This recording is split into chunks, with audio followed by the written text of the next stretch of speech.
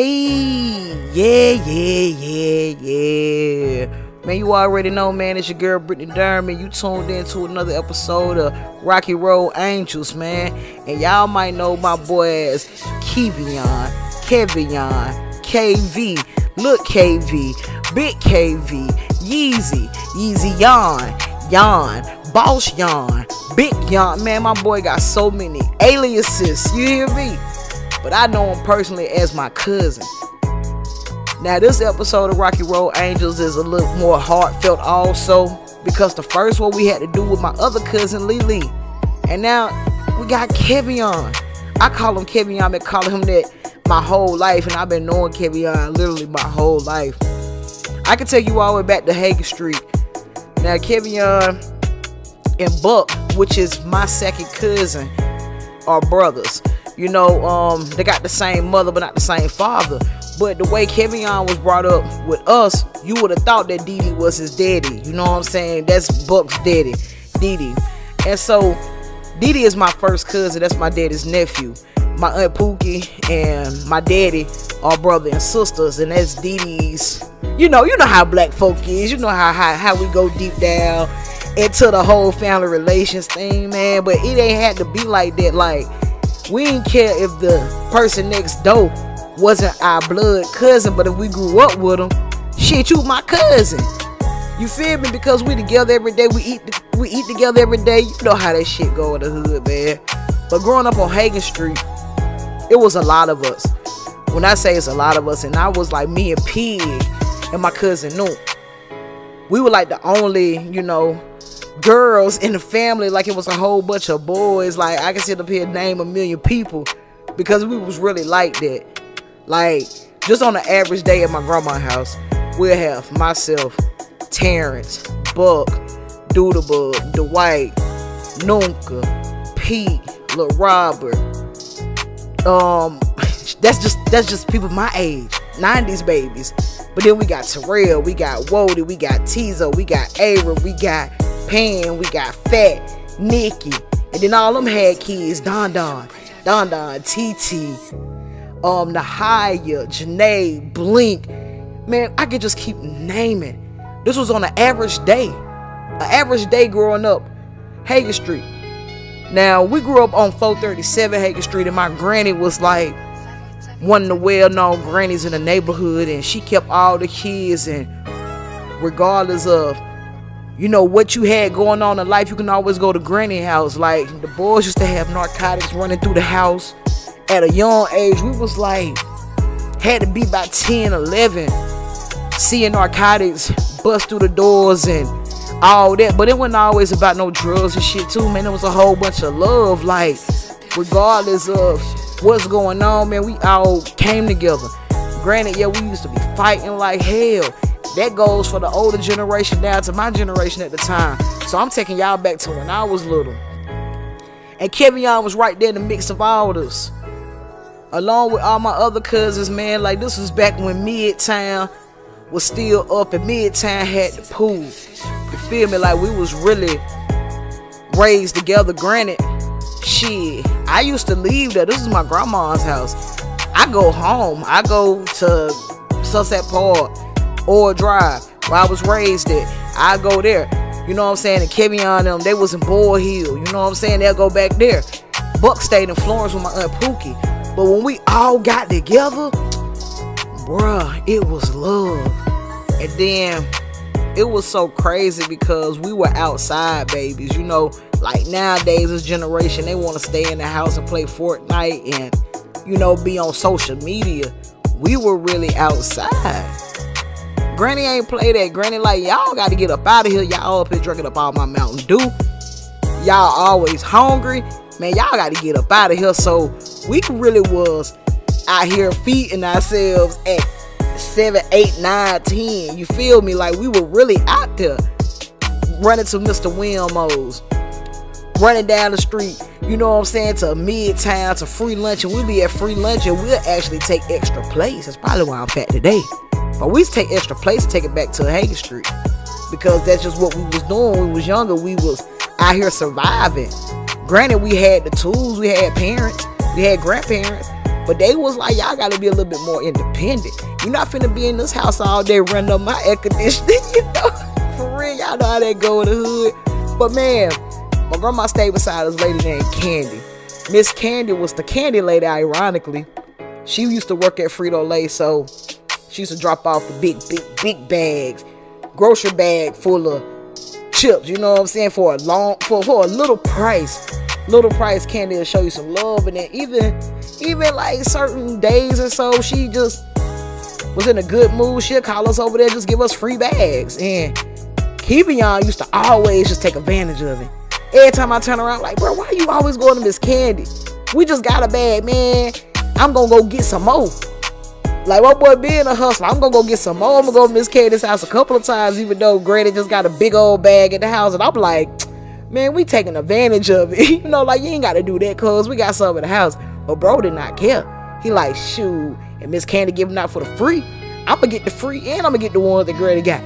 And your big ass better not ask me for none of my chips. Type shit, man. Good times. And Miss Candy used to get on us because Granny had this like tank. I think it was like a propane tank. No, I don't know. The tank was, it was big. I can't really describe it, man. But we were so little. At the time, we were so small. That tank was like everything. We used to get in that tank, get on top of that tank and rock on it and say we in a Mercedes Benz, or we just got a new car and I'm driving, Trap bike drive, Kevion bike drive, Doodle bike drive, Butt bike drive. Like, we was really out there on that tank. And we used to be rocking on the tank.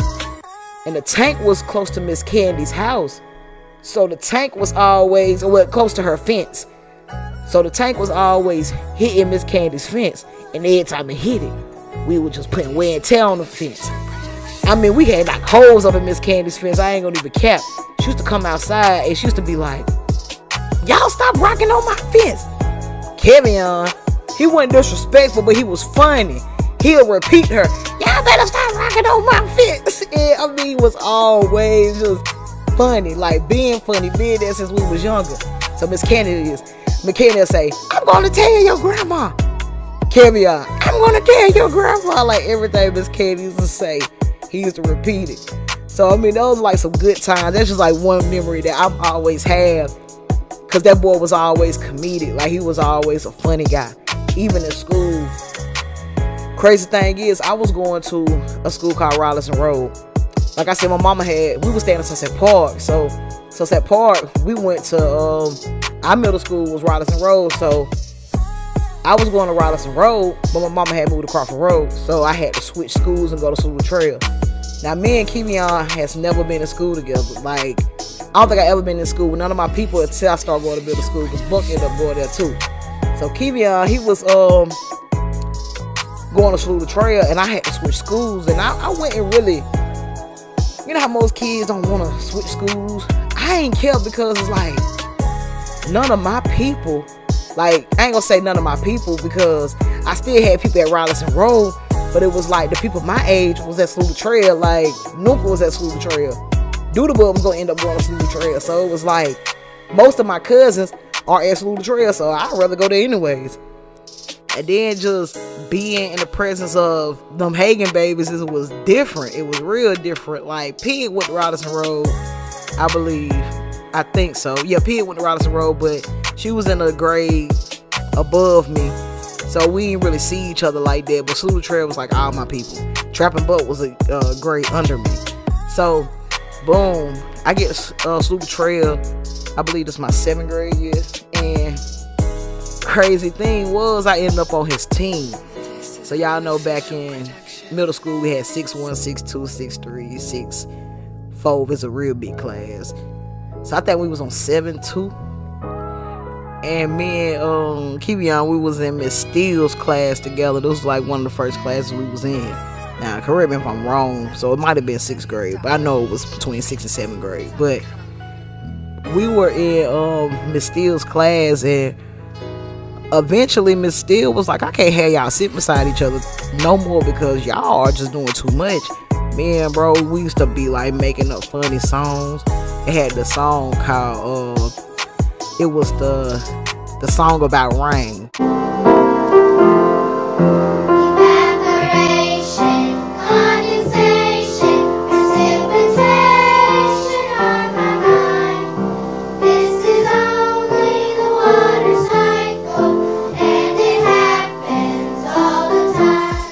know, man, y'all heard how that song went. So me and Kevion used to be in class, and we used to just be saying dumb shit. Like, we wouldn't be saying precipitation, condensation, accumulation. We would say shit like situation, concentrating. We was saying, we was not saying the same words as everybody else. So it still was like, can y'all sing the song right? We just thought the song was so funny. So we was remixing it every time. And we used to get kicked out of class, had to sit in the hallway. So they used to be like, you sit over here on the left, and Kevion, you sitting on the right, and we're supposed to be talking to each other. So we sitting in the hall. We up there looking at each other, still saying situation. Like, we was crazy, man. We was crazy coming up in school. And then we used to have these little things where me and Kevion after lunch, we'll say something and we'll make everybody repeat it when we come back in from lunch. So it was like, okay, yeah, we back from lunch now. The whole school finna know we back from lunch. So we'll say something like, what song was popular back in the day? No, Kevion used to like movies. So if we was like,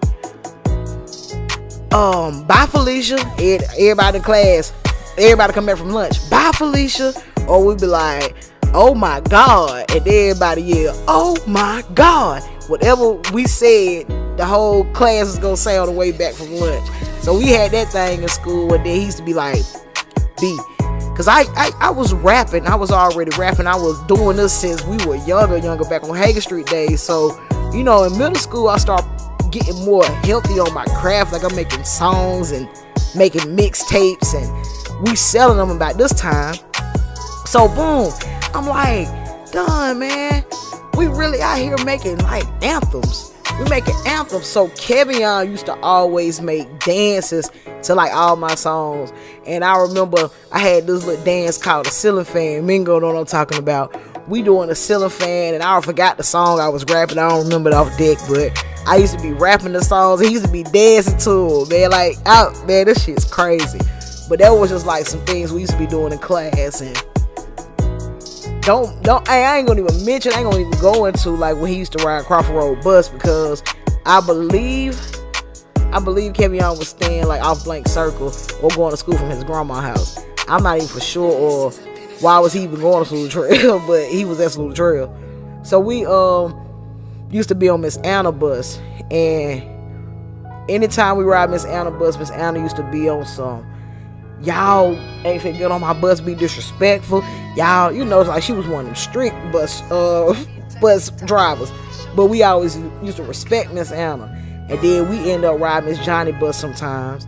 So riding Miss Johnny bus, we could not, like, she was 10 times worse than Miss Anna. We couldn't even breathe on Miss Johnny bus. Miss Johnny cussed everybody out. Man, me and Kevion used to be on the back of the bus eating sunflower seeds, spit them on the floor. I don't know why we was doing that. I don't even know why. Like, we was just being bad because we wanted to be bad. So she used to always find sunflower seeds on the bus. And anytime she pick up Crawford Road to College Down to get on there, and she be like, well, I know y'all ain't messing up the bus, but Crawford Road trash is my bus. So me and Kevion used to always say that. We walk around the school talking about Crawford Road trash is my bus. I don't know why we just always just say that. And it was this girl named Sharika Littlejohn. She used to always talk like, So if you ask her how she doing, she be like, fine. If you ask her like, Sharika, what the day is? Tuesday. So now, me and Kevion, we literally was doing this slang, these trends a long time ago, like way before the social media thing was even a thing, before we did videos or any of that. We been doing it in real life. So we walk around, whatever. I don't know. And Jock, he was like one of the silliest people too, coming up with us. And Jock used to say, shut your goat, shut your goat. So me and Kevion, we add a little twist on it, like, shut your goat. So we just go around saying stuff like that. Kevion was like one of the trendsetters of doing all that. Now him and Jock used to be having like meta contests. So it was a dance in Rock Hill. It's not, I can't really explain it over, you know, the mic, but if you from Rock Hill, if you know, you know.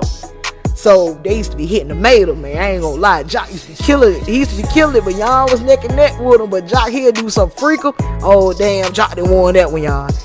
Well, we ain't call him Yonn, but back then. But Jock didn't want that when you gotta just, you know, fall back. But man, we used to have some good times. That's just growing up. And then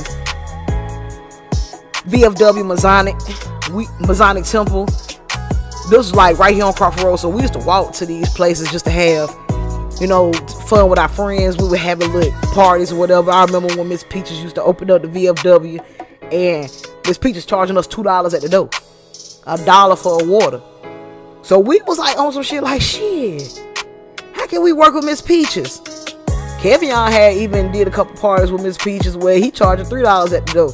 You know, so it was like back then we'd have to go get our little $2-3, which wasn't nothing, but we had to go scrape up some change. We had to scrape up some change, because sometimes we ain't had the $2 to $3. I remember a couple times where I done asked Shay and Yonn, man, y'all got $1 for me? I got $1. I ain't got the other $1. I want to go to the VFW tonight.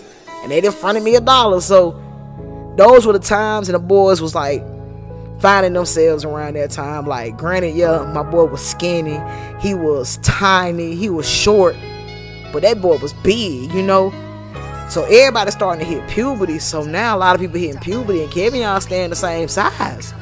He's staying the same size like ain't nobody else the small like Kevion. It was a couple people, but Kevion was really just known for being little. So everybody hitting puberty, and people out here fighting. You know, we getting to the boys getting hair on their balls by now, like, and the girls get periods, and we just all hitting puberty. So now when we go to these parties, it's like the guys got a little bit more testosterone, and the girls, we are a little bit more sassy. We're a little bit more diva, demanding. Like, we got hormones out this world because our body is literally going through a change. So, you know, things start to like circulate as far as shit, people not really talking to each other no more. You know, people gang up with these people, they click up with these people, because like now yeah, we all neighborhood kids, but we really gonna just pick our sides right now. So back in middle school was around the time people start picking their sides. Like, okay, yeah, I know I was raised in Bull Hill, I know I was raised on Hagen Street, you know, I know I was raised Rocket Homes, wherever everybody come from. But around the time, I say by 8th grade going into the 9th grade, everybody kind of established who they repping. So either you Crawford Road, Flint Hill, College Down, like, you got to start stamping it. So now the neighborhood, you know, we always represented where we came from, but then by that time it was like straight neighborhood. So Kevion, he grew up on Crawford Road, but he was mostly, you know, clicked up with Flint Hill.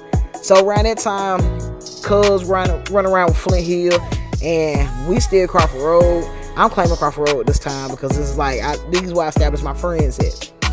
And I still had friends at College Down and Flint Hill, so it wasn't really like, oh, we were real beefing with each other. It's just like who we was just hanging with.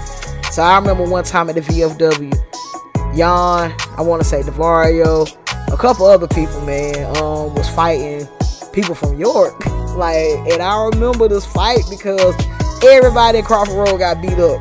Everybody from Flint Hill, anybody that was out there fighting them York boys, we got our ass beat. This is like a fight that everybody remember. And if a nigga say, oh hell no, ain't no nigga beat my, you're lying. You're lying, because all of us was out there crying, confronting the boys. Everybody got their ass whooped that night. And I think from that night on, it determined how these niggas was finna start acting. Because from then on, niggas like, oh nah, we ain't lose no more fights. We ain't about to be on that shit no more. At that time, when niggas really turned up, like, shit, if I see my man, I'm gonna fight my man. So we'll catch somebody at McDonald's or anywhere at the games. Wherever you see these people at, you're fighting them. So the fighting thing became a thing, man. Nowadays, these chaps, they don't know nothing about that fighting shit. We really used to be out here fighting. Sometimes we get our ass beat. Sometimes we'll beat some motherfucking ass. It just really depends on the person, the time, the place, and the type of environment you was in. I done took a L. I fought a motherfucker in not Midtown, but in the field on Hagen Street. I fought, her name Jasmine. I fought her for 5 rounds. 5 rounds. She whooped my ass 4 rounds. I got 1 good round in. And the only reason why I got 1 good round in, because she slipped. But other than that, oh, she whooped my ass. But I ain't give up.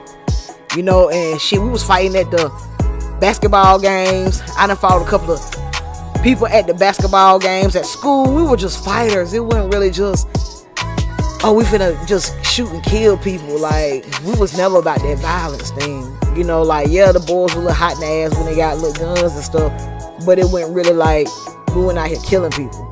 We really wouldn't. I remember Kevion had a BB gun, and he used to like literally run around chasing us with them BB guns. That nigga shot me in my leg once. Like, he really shot me in my legs, and Dre shot me in the in the foot with some fireworks.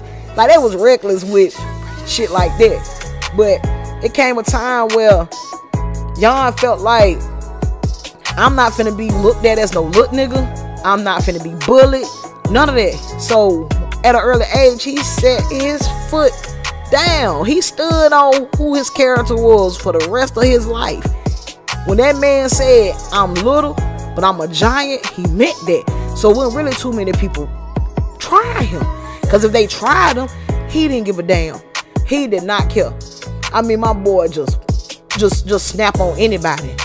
Wouldn't care. But he was the funniest nigga. But if you push him to that level, oh, it was up there. And he didn't care.